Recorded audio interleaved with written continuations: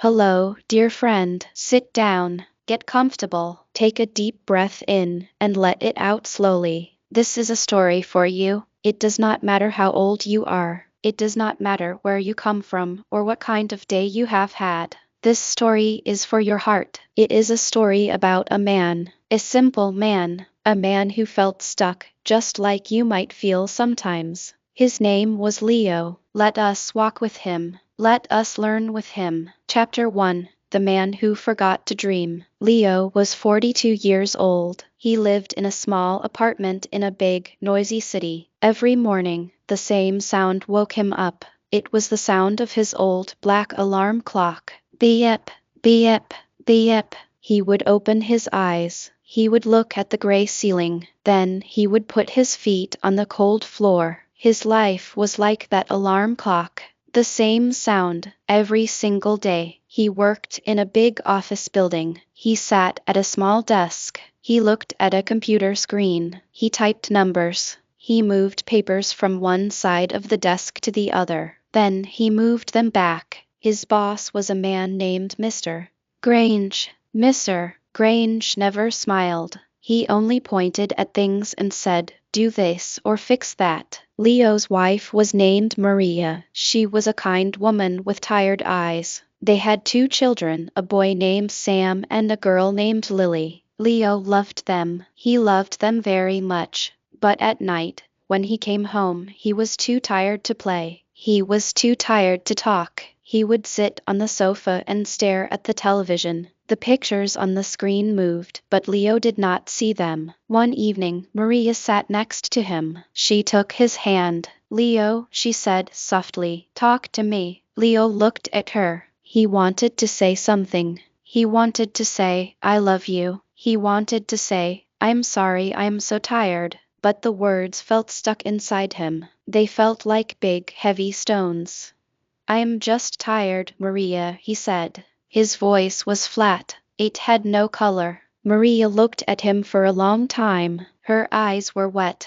"You are not just tired, Leo," she whispered. "You are lost." That word hit Leo hard. Lost. Was he lost? He had a job. He had a family. He had a home. How could he be lost? But that night he could not sleep. He looked at the dark window. He saw his own reflection. He saw a man with gray hair and a sad face. He did not recognize himself. He had forgotten his own dreams. When he was young, he wanted to be a painter. He wanted to fill canvases with light and color. Now his life was only gray. He felt a tear roll down his cheek. He felt completely, utterly stuck. Chapter 2. The Boy in the Park. The next Saturday, the sun was shining. Maria made him take the children to the park. Leo sat on a wooden bench. He watched Sam and Lily play on the swings. They were laughing. Their laughter was high and bright, like bells. Near the bench, a young boy was drawing. He was maybe 10 years old. He had a small, red notebook and a pencil. He was drawing a big tree. He looked at the tree. Then he looked at his paper. He drew a line. Then he stopped.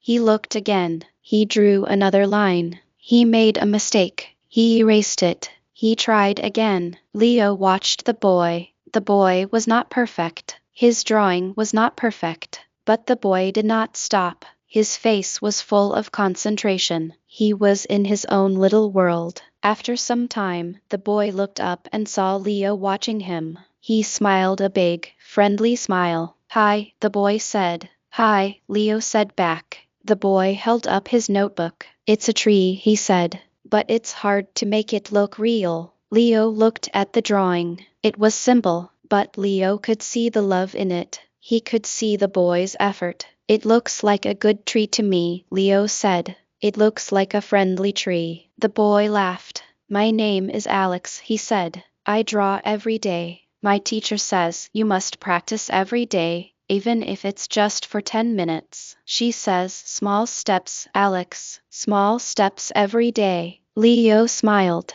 It was the first real smile he had smiled in a long time. "Small steps," Leo repeated. "That is good advice." "Yes," Alex said, nodding seriously. "She says if you want to get good at something, you can't do it all in one day. You have to do a little bit every day. He looked back at his tree. I want to be really good one day. Leo looked at the boy, then he looked at his own hands. These hands used to hold a paintbrush. These hands used to create things. When did they stop? That night, Leo could not stop thinking about the boy, Alex, and his words, small steps. Every day. Chapter 3, The First Small Step. The next day, on his way home from work, Leo did something different. He stopped at a small shop. It was an art supply shop. He had not been inside such a shop for 20 years. The shop smelled of paper and paint. It was a beautiful smell. An old man behind the counter smiled at him. "Can I help you?" the old man asked.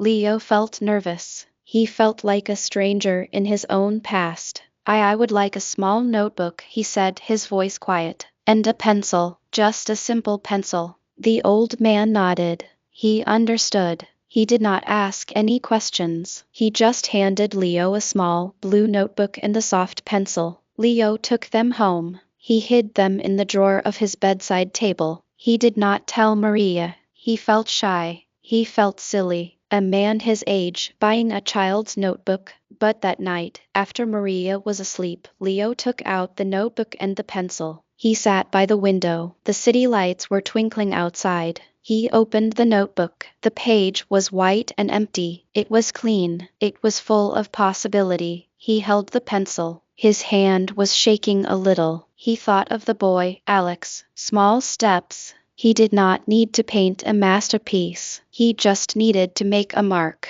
So he drew a small circle, just one circle. It was not perfect. It was a little crooked, but it was his. It was the first thing he had created in 20 years. He looked at the circle. It was just a circle, but to Leo, it felt like a small light turning on inside a dark room. He closed the notebook and put it back in the drawer. It was a tiny step, but it was a step. Chapter 4, The Power of One Page. Leo kept his promise to himself.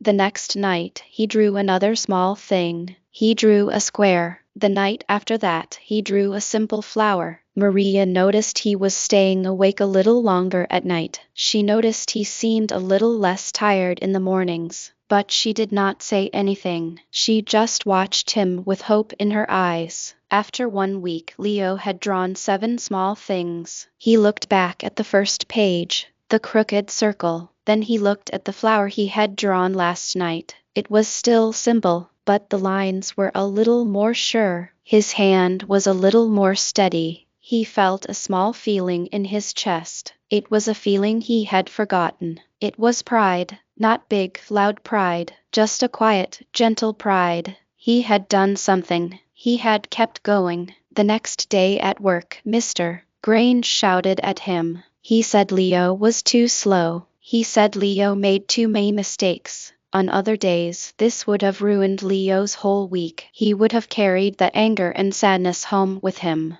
But that day, it was different. He sat at his desk. He took a deep breath. He thought of his small, blue notebook at home. He thought, that is my real life. That is my real work. This office is just a place I visit. It does not define who I am. For the first time, Mr. Grange's words did not stick to him. They fell off like water off a leaf. Chapter 5, The Lesson of the Seed. One evening, Leo was drawing in his notebook. He was trying to draw the lamp next to his bed. It was hard. He made a mistake. He drew the shade too big. He wanted to tear the page out. He wanted to give up. Maria came into the room. She saw the frustration on his face. She sat on the bed next to him. "What is wrong, Leo?" she asked gently. He showed her the drawing. "It's wrong," he said. "The lamp looks ugly. I'm not good at this.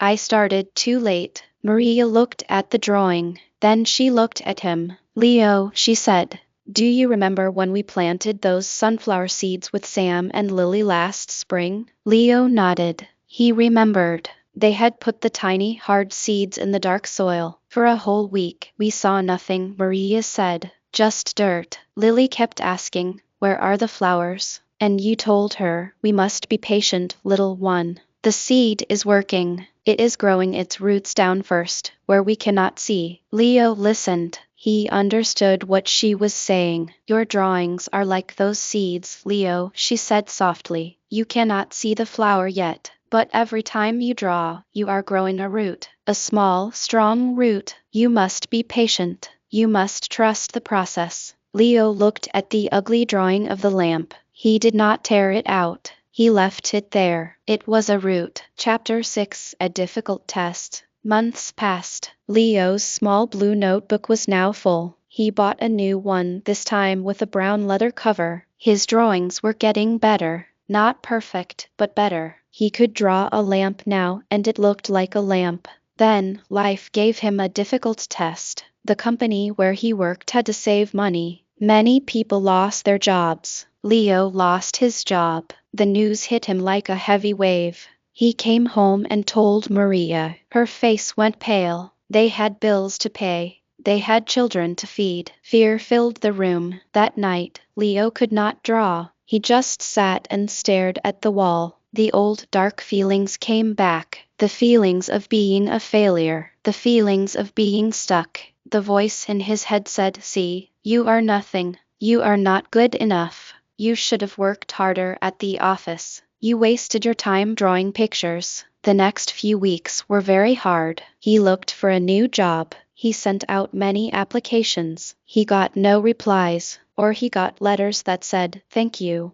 but we chose someone else." He felt himself sinking. He stopped drawing. The brown notebook stayed closed on his table. The seeds were in the dark soil again, but this time, it felt like they were buried too deep. Chapter 7: The Voice of the Heart. One afternoon, Leo was at home alone. He was sitting on the sofa, his head in his hands. He felt completely hopeless. Then he heard a small sound. It was the front door opening. It was Sam, home from school. Sam came into the living room. He was holding a piece of paper. "Dad," Sam said, his voice quiet. "Look what I found." He handed the paper to Leo. It was an old drawing. It was one of Leo's first drawings. It was a simple drawing of a bird. It was not very good. The bird's wings were too small. But as Leo looked at it, he remembered the night he drew it. He remembered the feeling of peace. He remembered the quiet joy. "I found it in the recycling bin," Sam said.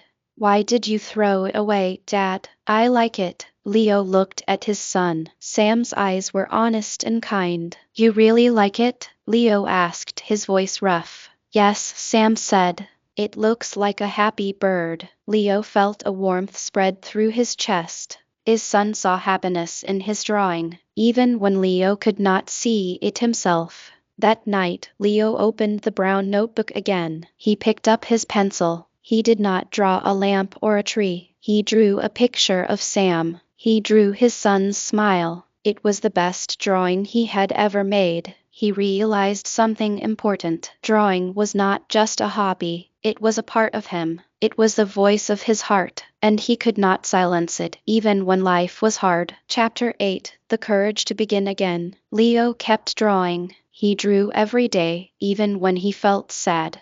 Even when he felt worried about money. He drew for 10 minutes, or 20, or sometimes just 5. But he did it every day. One day he had an idea. It was a scary idea. It made his stomach feel tight. But it would not go away. He went to Maria. "Maria," he said, "I have an idea. It might be a crazy idea." Maria looked at him. "Tell me, what if I try to sell my drawings? What if I try to make a little money from them?" Maria was quiet for a moment. Then she smiled. It was a big, warm smile. "Leo," she said, "that is not a crazy idea. That is a wonderful idea." So, Leo started. He made simple drawings of flowers, birds, and trees. He put them on small cards. He went to a small local market on a Saturday. He was so nervous. His hands were shaking. He set up a small table. For the first hour, no one came. Leo felt foolish. He wanted to pack up and go home. Then a woman stopped. She looked at his cards. She picked one up. It was a drawing of a sunflower. "This is beautiful," she said. "It feels so happy." "How much is it?" Leo told her the price. It was a small price. The woman smiled and gave him the money. It was the first money he had ever earned from his art. He looked at the coins in his hand. They felt heavier than any money he had ever earned in the office. They felt real. They felt like hope. Chapter 9: Learning a New Language. As Leo started going to the market more often, he met many people. He met a young man from another country. The man's name was Hiro. Hiro was learning English. He spoke slowly. He made mistakes. Sometimes he used the wrong word. Sometimes people did not understand him. Leo watched Hiro. He saw how Hiro did not give up. He saw how Hiro would smile and try again. He would say, "Sorry, my English is not so good," and then he would find another way to say it. One day, Leo said to Hiro, "You are very brave. It is hard to learn a new language." Hiro smiled. "It is like your drawings, yes," he said. "Small steps. Every day, I learn one new word. I make many mistakes, but I learn." Leo felt a connection. He understood Hiro completely. Learning to draw was like learning a new language. It was the language of his own heart. And speaking from the heart, even with mistakes, was always beautiful. This taught Leo another lesson. Mistakes are not failures. They are just part of the path. Every wrong line, every wrong word, is just a step towards getting better. Chapter 10: The Quiet Discipline. Leo's life was changing. He was not rich. He still looked for part-time work. But he was happier. He was more present with his family. The secret was not magic. The secret was discipline. Every morning, he woke up just 30 minutes earlier than before. While the house was still quiet and dark, he would sit at the kitchen table with his pencil and paper. He called it his quiet time. Some mornings, he did not feel like drawing. He felt tired. He felt lazy. But he remembered the boy in the park. Small steps. Every day. So he would pick up his pencil. He would make just one mark. And almost always after that one mark, he would want to make another. This discipline spread to other parts of his life. He started going for a short walk in the evening. He started helping Lily with her homework with more patience. He started listening to Maria, really listening, when she talked about her day. He learned that discipline is not about being perfect. It is about showing up. It is about doing the small thing, even when you don't feel like it.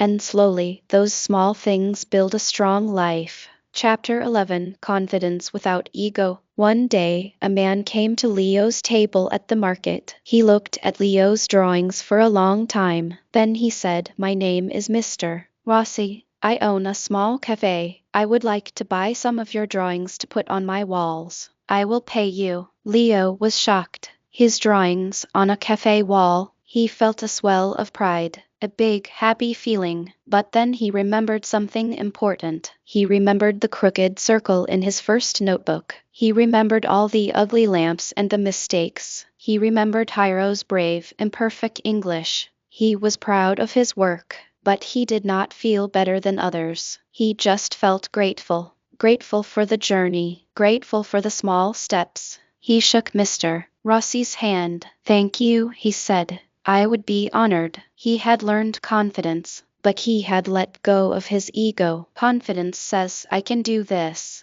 Ego says, "I'm better than you." Leo had found the first and lost the second. Chapter 12: The Ripple Effect. Leo's small changes began to create a ripple effect. His children saw him drawing every morning. They saw him being patient. They saw him trying, failing, and trying again. One evening, Lily came to him. She was holding her school notebook. Her eyes were wet. "Dad," she said, "I got a bad grade on my math test. I'm stupid." Leo knelt down and looked into his daughter's eyes. "Lily," he said gently, "look at me. You are not stupid. You are learning." He took her hand. "Do you remember when I first started drawing? My first drawings were so bad. They were ugly. But I did not stop. I made mistakes. I learned. You can do the same with math. One small step every day." Lily looked at him. "Really, Dad?" "Really," he said. "We can practice together. For just 10 minutes every night." Lily smiled. The tears stopped. Leo realized that by changing himself, he was giving his children the most important gift. He was teaching them how to be strong, kind, and patient with themselves. Chapter 13. The Man in the Mirror. Years passed slowly, one small step at a time. One morning, Leo was getting ready to go to the market. He had a small, regular table there now. People knew him. They liked his art. He also had a small part-time job at a library, which he loved. He looked at himself in the bathroom mirror. He was older now. There was more gray in his hair, but his eyes were different. They were bright. They were alive. They were the eyes of a man who had found his way. He did not see the tired, lost man from years ago. He saw a man who had learned to listen to his own heart. A man who had learned the power of small steps. A man who knew that discipline was an act of love. A man who understood that mistakes were just part of the beautiful, messy journey of being human. He smiled at himself. It was a warm, friendly smile. He was proud of the man in the mirror. Chapter 14. Passing it on. That afternoon at the market, a young woman stopped at his table. She looked sad.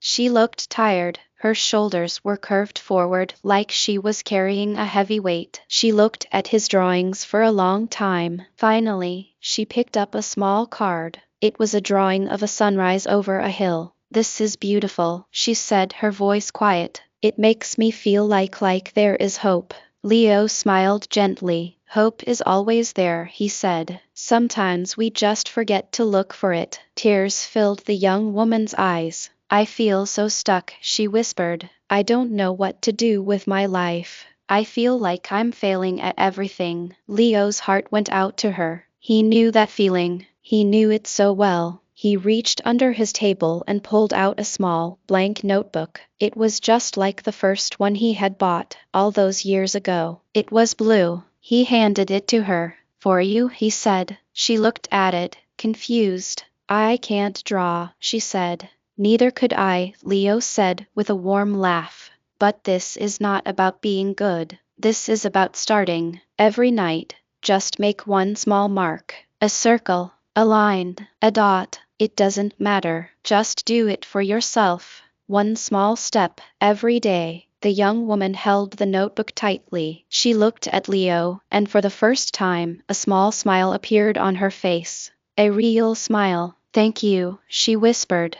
"Thank you." As she walked away, Leo felt a deep sense of peace. The boy in the park had taught him, and now he could teach others. The circle of small steps was complete. Chapter 15. The Evening Light. That night, Leo sat on his porch with Maria. The sun was setting, painting the sky in shades of orange and pink. They held hands. They did not need to talk. They just sat together in the quiet beauty of the evening. Leo thought about his journey. It had not been easy. There had been fear, doubt, and pain, but there had also been joy, discovery, and love. He learned that you are never too old to find your path. You are never too lost to be found. You are never too stuck to take one small step forward. He learned that life is not about big, dramatic changes. It is about the small, quiet choices you make every day. The choice to pick up the pencil. The choice to be kind. The choice to try again. He looked at Maria. She was the most beautiful part of his life. She had believed in him when he could not believe in himself.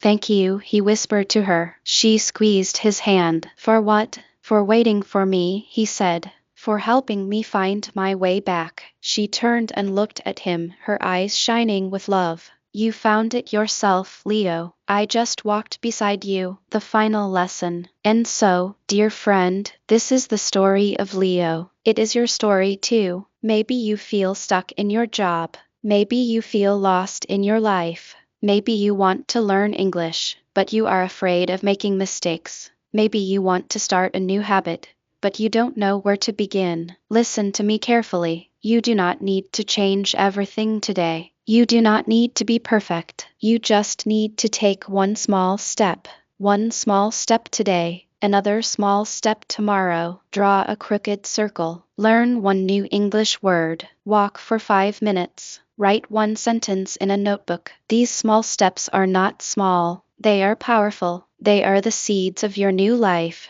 Be patient, water them with discipline every day, and trust that the roots are growing, even when you cannot see the flower. You can do this. I believe in you. Start today. Start now. Thank you for listening to this story with an open heart. If this story helped you, if it made you feel a little warmer inside, please share it with a friend who might need it. Share it with someone who feels stuck. Please like this video. It helps the channel grow, and it lets me know that these stories are helping you. And if you want to hear more stories like this, if you want to learn English and learn about life, one small step at a time, please subscribe to the channel. Join our family of gentle learners. Take care of yourself.